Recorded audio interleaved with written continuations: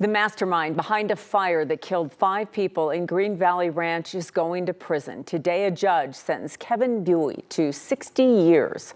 Thanks for joining us. I'm Kim Christensen. And I'm Jennifer Meckles. Bowie's sentencing comes nearly 4 years after the deaths stunned the community, and family members shared their emotion in court this morning. Even a police detective called it one of the most heinous crimes in this city's history. 9 News reporter Jeremy Hahola was in the courtroom today. He has a breakdown of the case. It ends with the sentencing, Jeremy, of the third and final suspect. Yeah, a long way getting here. We are coming up on the 4-year mark when a house fire erupted in Green Valley Ranch. Inside that house, 5 members of a Senegalese family died over one teenager's plot to get revenge over a stolen cell phone. It was later revealed he targeted the wrong house. The scars of that deadly night in 2020 will always burn in the hearts and minds of the Senegalese community in Colorado. But this is not justice, and I'm not grateful for the justice, but I will respect it. Amadou Bai lost his wife Hassan and 6-month-old daughter Hawa in the house fire that killed 5 people. Jibril Diol, his wife Aja, and daughter Khadija also died. Today, the mastermind behind the arson, Kevin Bowie, was sentenced to 60 years after pleading guilty to 2 second-degree murder charges. I just want him to suffer for the rest of his life, and if he get a chance to die hard, to do so. Bowie was 16 years old at the time and was seeking revenge on someone who robbed him of his cell phone. He traced his phone to a home in Green Valley Ranch and plotted for months to burn it down with friends Gavin Seymour and Dylan Siebert. It is really one of the most horrific crimes we've seen. But Bowie targeted the wrong house by setting fire to it with gasoline.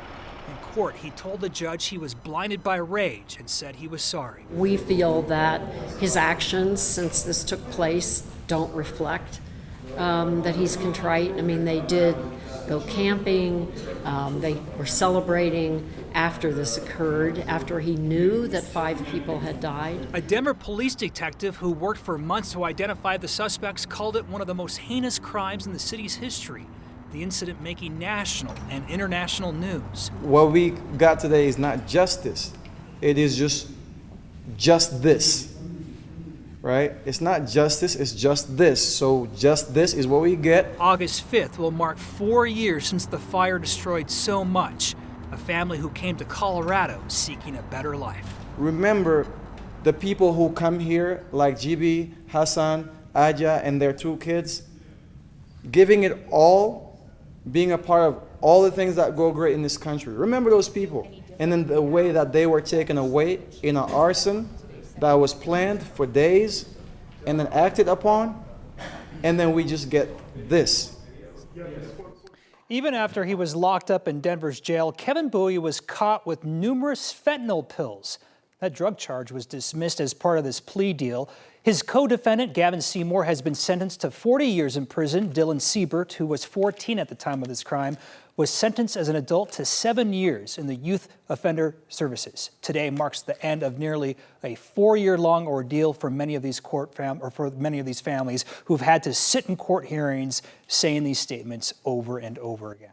And we've spoken to so many of them throughout the process, Jeremy. I know it was exhausting for them. This hopefully is some relief that this at least is over now. Yeah, you could tell. I mean, 8 people spoke in court today, 8 people who knew this family, but their ties extend well beyond Denver, well beyond Colorado, out to Senegal. This impacts them for generations. Yeah, it's such a devastating story. Jeremy, thanks for covering this today. Let's take a live look outside on this Tuesday, 4th of July week. We saw some sunshine return. Still stuck in the 80s. We'll stay there. We are very happy stuck in the 80s. No extreme heat, Lauren, but we know that won't last. Well, that's right. We do have some up and down temperatures. We're not going to see any extreme heat in the next 7 days, but very good news ahead for your 4th of July. We don't see that extreme heat there either, which is great if you're going to be outdoors all day. Right now, we're at 87 degrees at DIA. Most of the Front Range and Eastern Plains in the upper 80s, low 90s to the south, 60s and 70s in the high country, more 80s across the western slope. We're going to see very dry weather as we go through today and over the next few days where, again, those outdoor activities are looking A-OK. Can't rule out a pop-up thunder shower here and there, but the larger, more organized storms are going to stay across the southeastern corner of the state as we go through the rest of the afternoon into this evening. We have a couple light thunder showers just east of Colorado Springs. Those are very scattered, very light, just dropping a little bit of rain, maybe 1 or 2 lightning bolts. Again, we're going to watch for stronger storms across the southeastern corner. So coming up in my full 7-day forecast, we're going to talk more about our mild and dry evening tonight. Tomorrow, we do have some stronger storms across the plains, but 4th of July, oh, it's looking like a perfect forecast. I'll have details on all of that for you just ahead. Thank you. A growing scam is costing people hundreds of dollars, and it all starts with a phone call you think is coming from your bank trying to protect you. It's actually scammers trying to get into your account. One man from Aurora says he got a call from what looked like Wells Fargo. Person on the other end of the line said fraud had been detected on his account, and they were using another cell phone in Texas. The scammer said they were going to deactivate his card and move his money to the digital wallet on his phone, so he was instructed to change his Apple ID password. He did that, and then the call dropped. His phone turned off, and suddenly everything on his phone was gone. Literally, for someone to just take that money just like that, financially is very personal and it's an attack, but I think people just need to be more mindful that you can't trust a lot of things nowadays. Aurora police said they've seen 25 similar cases so far this year. They see these types of scams are really tricky to resolve because they happen over the internet, they're probably overseas, and there's not a whole lot investigators can do on a local level. Scammers took more than $600 from Alex. Wells Fargo was able to return money back into his account. And Aurora police say the best thing you can really do here is just don't answer a number you don't know. Let it go to voicemail, and then you can decide if it's a call worth returning. Today, the Supreme Court decided they will weigh in on the FDA's refusal to approve flavored vapes. The FDA has consistently declined to greenlight the flavored e-cigarettes, saying they pose a health risk and encourage young people to use tobacco. Manufacturers argue the products can be used to help people stop smoking. In January, an appeals court said the FDA violated the law when it failed to correctly assess requests by 2 companies. Supreme Court justices will hear arguments and decide the case in the next term.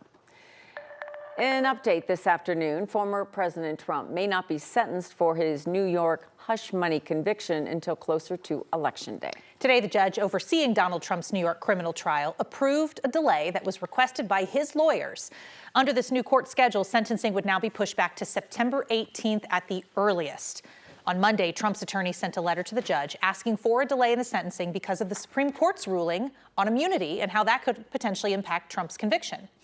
Today, prosecutors in Manhattan said while they do not believe the Supreme Court ruling applies to their case, they're not opposed to pushing back Trump's sentencing a little bit. Trump was convicted of 34 felony counts related to his cover-up of the Stormy Daniels scandal. Now is your last chance to get Forever stamps before the price goes up again. A first-class Forever stamp will now cost you 73 cents, a nickel more than the current price. Prices for other postal services are also increasing. Postcards, metered letters.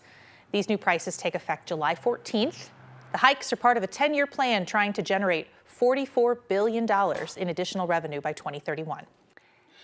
The NHL offseason just got going, but the league is already looking ahead to next season. Hockey is a long season. Today, the full 82-game regular season schedule for every team was released. That, of course, includes the Avalanche, which will start the season on the road against the Vegas Golden Knights on Wednesday, October 9th. 3 days later is their home opener, hosting the Columbus Blue Jackets. The Avs will play 3 times against the newly formed Utah Hockey Club with their first game in Salt Lake on October 24th and the first game hosting Utah December 12th. And then they'll host the reigning Stanley Cup champs, Florida Panthers, on January 6th.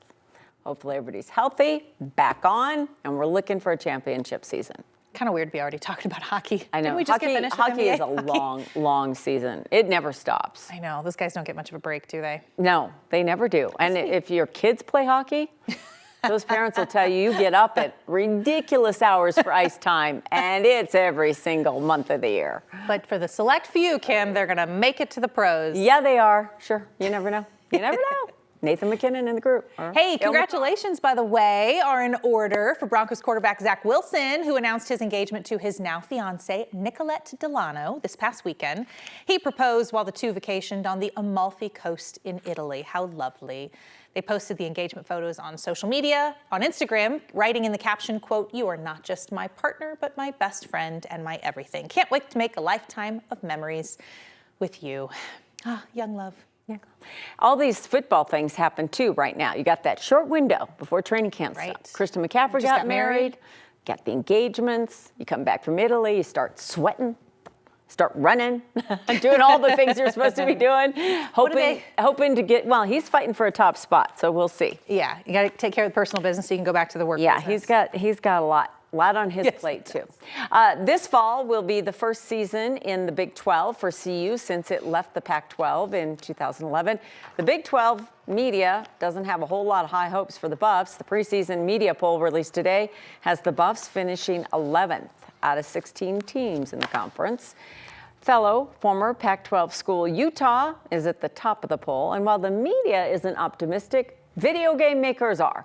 The Buffs are the 16th highest rated team in EA Sports college football 25 ratings. What does it mean? Too soon.